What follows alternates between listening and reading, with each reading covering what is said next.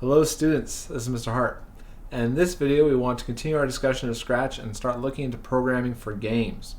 Now, games are a little bit different than programming in animation because animation you just click start and it plays a little story, whatever it may be, right? But with games we want to be able to interact with the person that's controlling the keyboard or controlling the controller, whatever it may be. So we need to look at things a little bit differently when we're designing for games, okay? So let's go ahead and create a new Scratch project, and we're going to make what I call the monkey game. Okay, and this will be one of your assignments to replicate. So first thing I'm going to do is get rid of the cat. Okay, just delete it. And I'm going to add a monkey. Okay, so I'm going to scroll down until we find our monkey. There he is.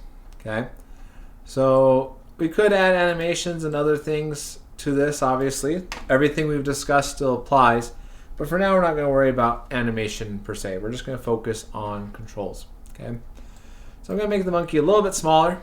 Okay, and then I'm also going to go down here again. Sorry, it's slightly off screen, but there's the click, and then we're going to go to banana. Okay, and so our goal is to have the monkey get the banana because monkeys like bananas, right? Okay, so how does the code look like? Well, again, I'm going to hide myself so that you can see that clearly. Okay, let's focus on the monkey's code first. Okay, so we need some kind of way to control the monkey. The easiest way would be probably to just use the keyboard arrows, right? So the way to do that is to go to events. Okay, so we've used a couple of these before. We've used messages and broadcasting messages, right? We've used when the program starts, okay, etc. But what I want to do is to use this one. Okay, this is a very helpful one. And this is when a certain key is pressed, I want to do something, okay? So for this case, we're going to use the up arrow. So if the person playing the game presses the up arrow, what do we want to do to our monkey? Well, hopefully the monkey would start moving up. Okay, so let's go to motion. We want to move our monkey up. So we looked at go to and glide for animation, but that's if you know exactly what position they want to go to. In this case, we want them to change their position. Okay, so for example, in this case, I want them to change the Y by 10. Okay, if the monkey presses up, if the person presses up, we want the monkey to move up 10 from where they currently are. Let's test it. Okay, so I could press the start button, but nothing happens when I press start. So now if I press the up arrow key, the monkey moves upward. Okay, so that's pretty good, but notice now if I want to start the program over, the monkey's up here. So let's add another event that when the flag is clicked, I want my monkey back down there. Okay, so if I press the flag clicked, if I press up, he changes his Y position by 10. Okay, and when I press the flag, he goes back. I can also just hold that and he goes upwards. You can maybe change how quickly you want him to move by changing this value. Maybe we'll do it to 5. That makes him go a little bit slower. Okay, and then obviously we want one for the other directions. For now, I'll just do one more. We'll do when moving to the right. We'll again go to change. In this case, we want to change our X position by +5, moving to the right. Okay, think of that math grid again. Okay, so now I can move the monkey up and move the monkey right. Okay, so that's the basic ways to interact with objects in a game, right? You can move the arrows. We won't use this one right now, but another really useful one is this one. When this sprite or this character is clicked. Okay, so if you want to control things with the mouse, then you can click on objects on the screen using this event when this sprite is clicked. Okay, so these events are how we generally control games, right? Either with the arrow keys or with the mouse. Okay, so this is good, but nothing happens when the monkey gets the banana, right? He just sits there. So we'd like for the banana to disappear. Okay. So how do we do that? We learned this last time, right? We're going to go to the bananas code. And first of all, when the game starts, when we press the flag to start, we would like for the banana to be visible. So we're going to click that to show. But now we want to have it so that when the monkey broadcasts a message, it disappears. Okay?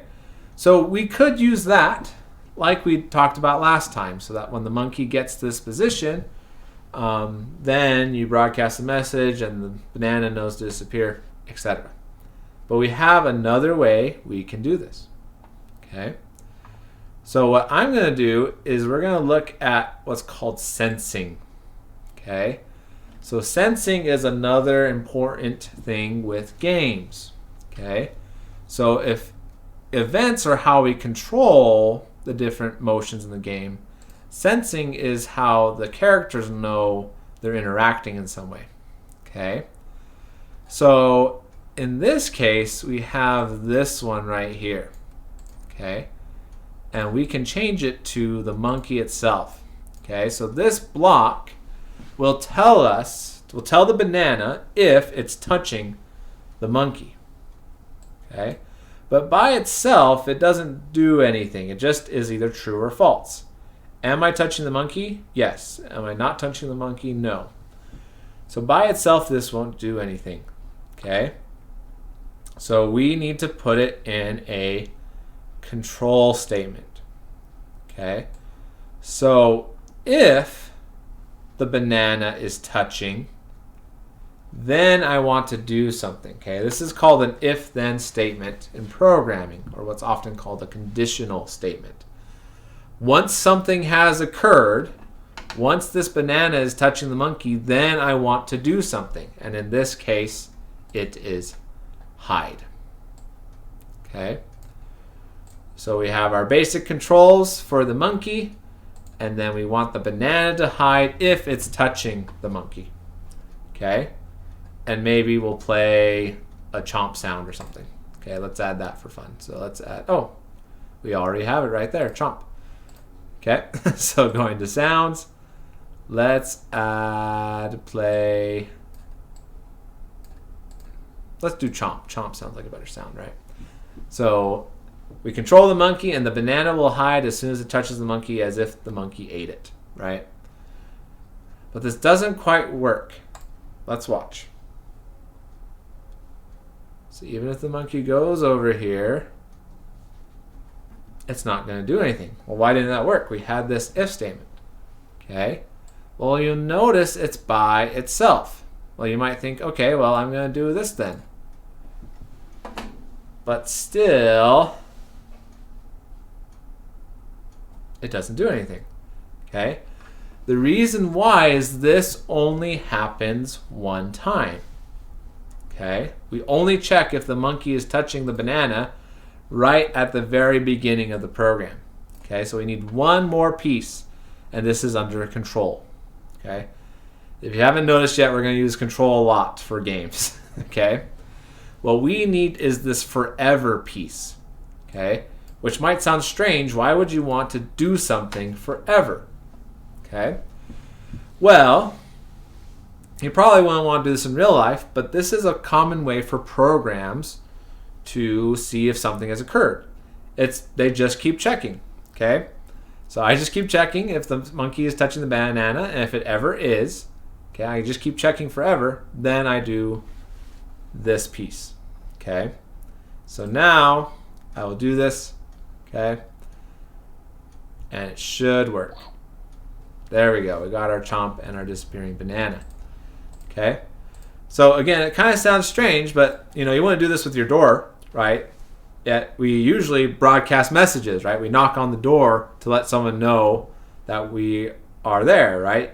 You wouldn't just constantly check your front door to see if someone's there, okay, unless you're really bored. But this is how a program generally can do it, right? They'll just keep checking to see if this statement is true, and then if it's ever true, then they'll move on to this piece.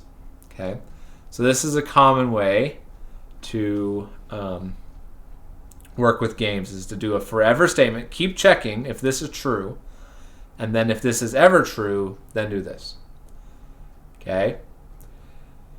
All right, we're also starting to get into some pretty heavy nesting. Okay? This is common in programming as well.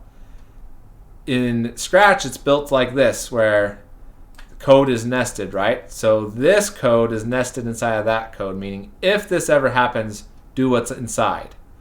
And then I can continue to nest that. So I will forever check that if this is true, then I will do that. Okay, so you can nest code inside of each other to make it, to do what piece you need to do, right? Forever check this if statement to have this occur. Okay? All right, so there we go. We have our moving monkey, okay, with our controls. We have our banana that keeps checking if it's being touched by the monkey, and if it does, it disappears. Okay, we'd also like to maybe add a good job to the screen. Okay, so let's add one more object. And we haven't done this yet, but you can actually paint your own. So I'm just going to go ahead and paint a really simple one that says good. I did it way too big. Job. Okay, there you go. It's hideous, but it works. Okay. Let's move that maybe over a little bit.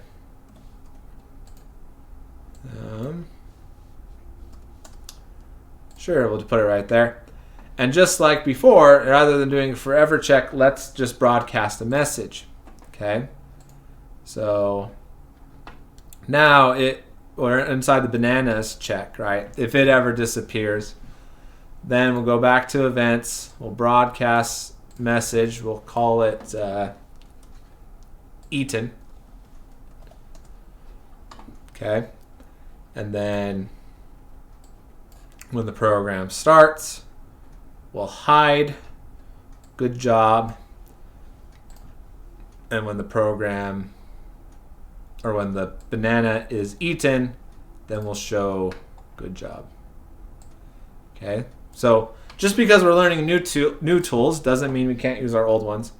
Okay, but now we should be able to eat the banana and good job appears. Okay, so don't forget the animation skills. Those will still be useful for regular programming. Okay, but we learned about how to do basic controls, and we also learned about two control statements. The if statement to see if something's true, then do something else.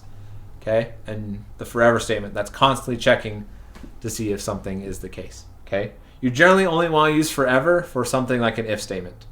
Okay, but there you go. Hopefully that makes sense. Your homework will be to replicate a project similar to this, and I'll see you guys in the next video.